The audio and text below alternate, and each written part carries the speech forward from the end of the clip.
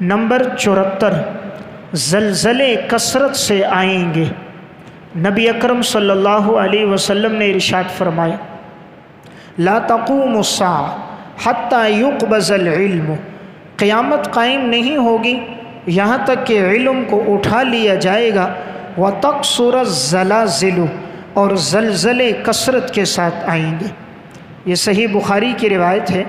آپ صلی اللہ علیہ وسلم نے فرمایا قیامت کی 2 نشانیاں بیان فرمائیں۔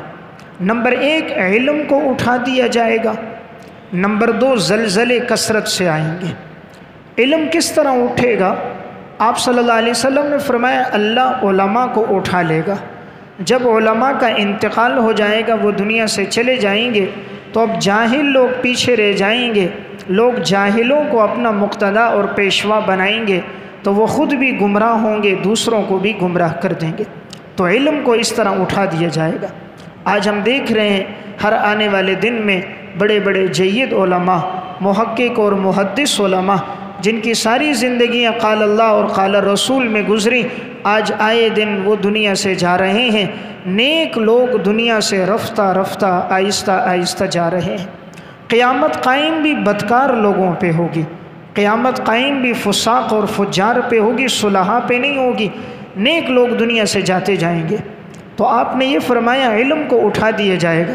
آج دیکھیں جہل پھیل چکا ہے، جہالت بڑھ گئی ہے، دین کے مسائل جاننے والے لوگ بہت کم لوگ رہ گئے، سطحی معلومات والے لوگ زیادہ رہ گئے، پختہ اور جید علماء نہیں ہیں، جاہل پیشوا بن گئے۔ کوئی پروفیسر، کوئی انجینئر کے نام سے سوشل میڈیا پر آ کر دین کی دعوت دے رہا ہے، دین کی طرف بلا رہا ہے، خود بھی بھٹکا ہوا ہے، اوروں کو بھی گمراہ کر رہا ہے۔ تو جب علماء نہیں ہوں گے، جاہل لوگ آئیں گے اور لوگوں کے دین کو ان کے دلوں سے ختم کریں گے۔ تو آپ نے فرمایا یقبض العلم وتکثر الزلازل، زلزلے کثرت کے ساتھ ہوں گے۔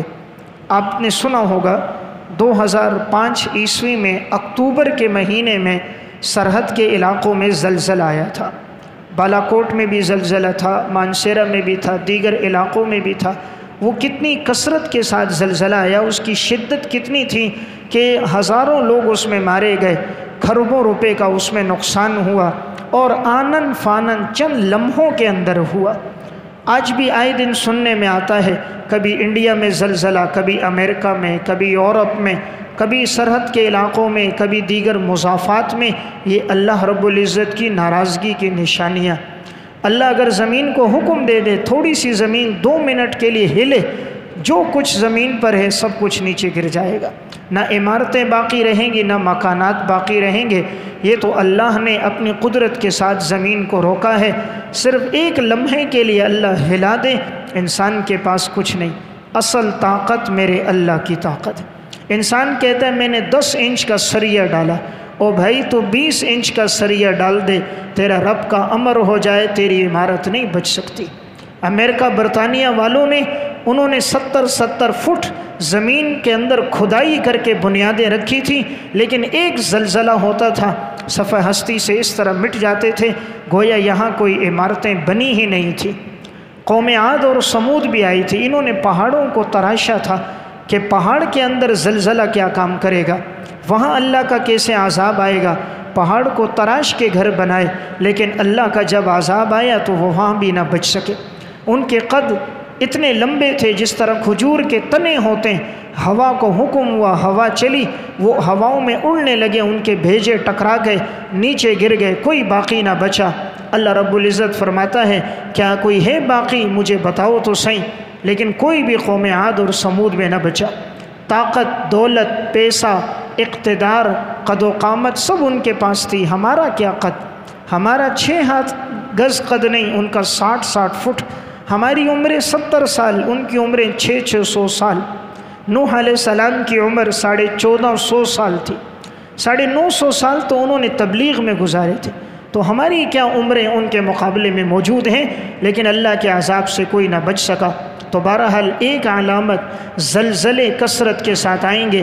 لیکن جب یہ زلزلہ آیا، بجائے یہ کہ رجوع الی اللہ ہوتا، لیکن اتنی نافرمانی اور بڑھ گئی۔ جن علاقوں میں زلزلے آئے ہیں کبھی وہاں کا وزٹ کیا جائے، بے حیائی اور بڑھ گئی، فحاشی اور یعنی اور بڑھ گئی۔ چھوٹا سا کیبن ہے، اندر انٹرنیٹ لگا ہوا ہے، چائے کا ہوٹل ہے، اندر کیبل لگا ہوا ہے، چھوٹی سی دکان ہے، ٹیلی ویژن مستقل چل رہا ہے، پہاڑ کی چوٹی پر خیمہ ہے، ڈش انٹینا باہر لگا ہوا ہے، کھانے کے لیے کچھ نہیں ہے، ٹچ موبائل پر صبح و شام انگلیاں چلا رہا ہے۔ تو تبھی تو زلزلے آتے ہیں۔ یہ دل کی تختی پہ لکھ دیں، اللہ ظالم نہیں ہے۔ ان اللہ لا یظلم الناس ولکن الناس انفسهم یظلمون۔ ہم ظلم نہیں کرتے انسانوں پر، انسان گناہ کر کر کے اپنے اوپر خود ظلم کرتے